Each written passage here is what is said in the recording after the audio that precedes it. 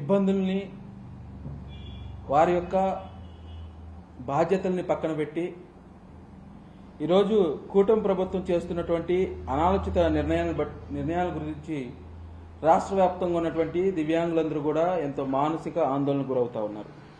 ఈరోజు ప్రధానంగా కూటమి ప్రభుత్వం ఏర్పాటైన తర్వాత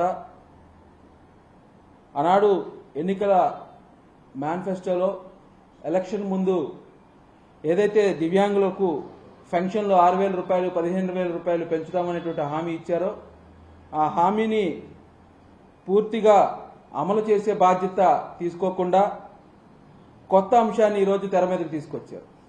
అందులో భాగంగానే ఈరోజు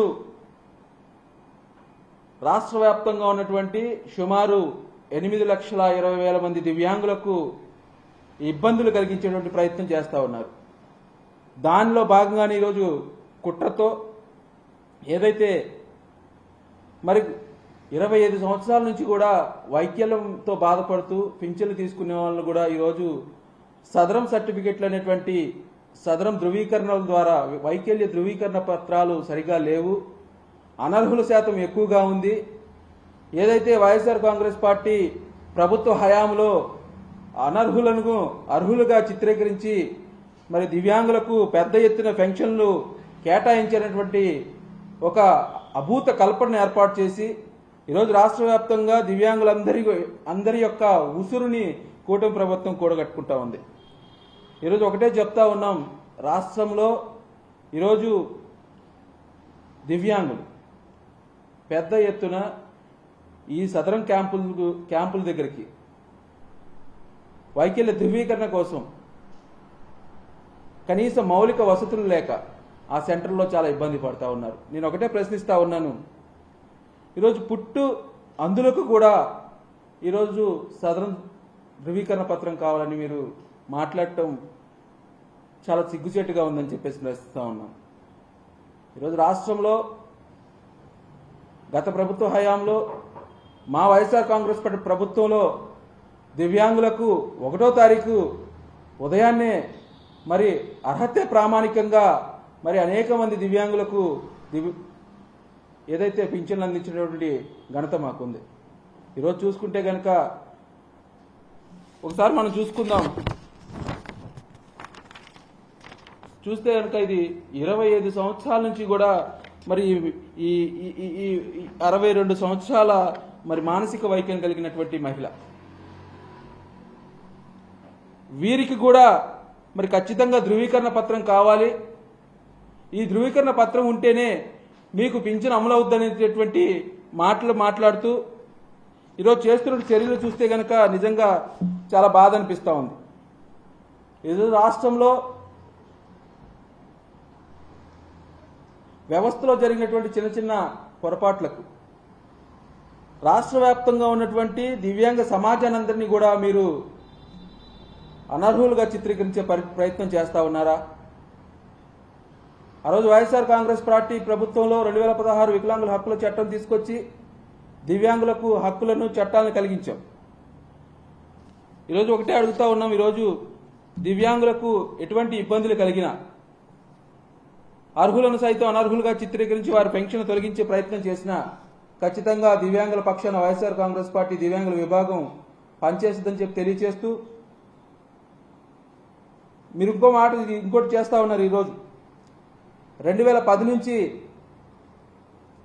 సదరం అసెస్మెంట్ ద్వారా మరి వైకల్య ధృవీకరణ పత్రాలు అందించడం జరుగుతూ ఉంది ఆ ప్రక్రియ. అందులో భాగంగానే కొన్ని గ్రామాల్లో కానీ మున్సిపాలిటీల్లో కానీ పంచాయతీ పరిధిలో కానీ కొంతమందికి వైకల్య ధృవీకరణ పత్రాలు లేకుండానే మరి పెన్షన్లు పొందుతూ ఉన్నారు. మరి ఈరోజు అటువంటి వారి పరిస్థితి వర్ణాతీతంగా ఉందని చెప్పేసి తెలియజేస్తూ ఉన్నాం. నిజంగా కూటమి ప్రభుత్వం, పవన్ కళ్యాణ్ గారు కూడా మాట్లాడారు, దివ్యాంగులు అనేవారు తలెత్తుకుని బ్రతికే విధంగా మేము వారికి అవకాశాలు కల్పిస్తామన్నారు. కూటమి ప్రభుత్వం ఏర్పాటైన తర్వాత నాటి నుండి నేటి వరకు కూడా ఒక కొత్త పెన్షన్ని ఇచ్చిన దాఖలాలు ఏమాత్రం లేవు. కొత్త పెన్షన్లే కాదు, సదరం సర్టిఫికెట్లను కూడా కొత్తగా కేటాయించినటువంటి దాఖలాలు లేవు. ఈ యొక్క పెన్షన్లకు సదరం సర్టిఫికెట్లకు ముడిపెట్టేసి దివ్యాంగులందరినీ కూడా భయాందోళన గురి చేసే పరిస్థితి ఈరోజు కొనసాగుతూ ఉంది.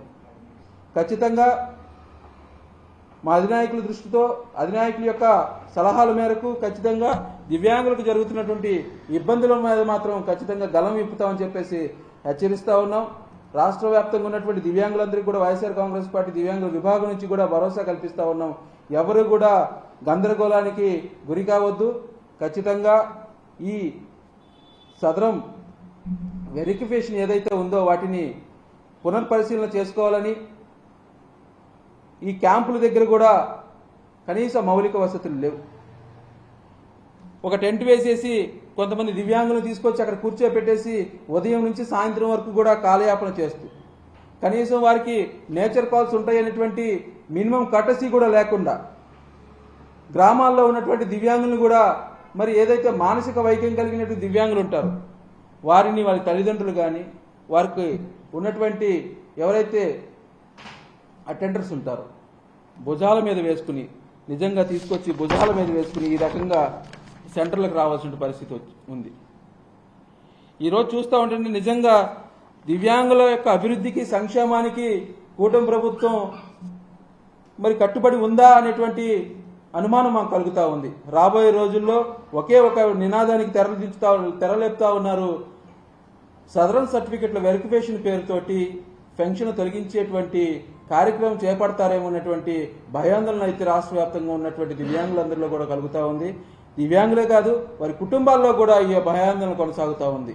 ఎందుకంటే దివ్యాంగులు నిజంగా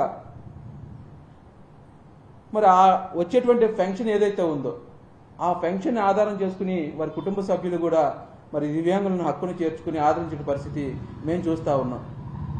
సాటి దివ్యాంగుడుగా నేను చెప్తా ఉన్నాను, ఆ వచ్చేటువంటి పెన్షన్ ద్వారానే ఆ కుటుంబం ద్వారా గౌరవం దొరుకుతూ ఉంది, ఒక పూట అన్నం దొరుకుతూ ఉంది.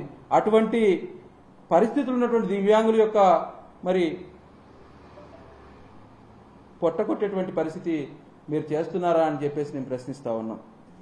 ఖచ్చితంగా ఈ వెరిఫికేషన్ ప్రక్రియ ఏదైతే ఉందో మరొకసారి పునర్పరిశీలన చేసుకోవాలి. అర్హులను కూడా అనర్హులుగా చిత్రీకరించే ప్రయత్నాన్ని మానుకోవాలని చెప్పేసి కోరుతా ఉన్నాం. అట్లాగే ఏదైతే మరి డాక్టర్స్ని తీసుకుందాం, పీజీ చదివేటువంటి డాక్టర్స్ని కూడా మరి దీనిలో మరి ఈ యొక్క ధృవీకరణ యొక్క దానికోసం వాడుకుంటా ఉన్నారు. ఈరోజు ఏదైతే డాక్టర్స్ అర్హత కలిగినటువంటి డాక్టర్స్ ఇచ్చినటువంటి ధృవీకరణ పత్రం చూసే కదా మీరు పెన్షన్లు ఇచ్చేది. మళ్ళీ ఈ క్యాంపుల చుట్టూ తిరుగుతూ వీళ్ళని ఇబ్బంది గురి చేయటం ఎంతవరకు కరెక్ట్ అని చెప్పేసి ప్రశ్నిస్తా ఉన్నాం. అట్లాగే రాష్ట్ర వ్యాప్తంగా మీరు ఇచ్చినటువంటి మాటకి కట్టుబడి 15,000 రూపాయల పెన్షన్లు ఖచ్చితంగా అమలు చేయాలి. ఏదైతే అర్హులందరికీ కూడా ఖచ్చితంగా 6,000 రూపాయలు పెన్షన్ అందజేయాలి.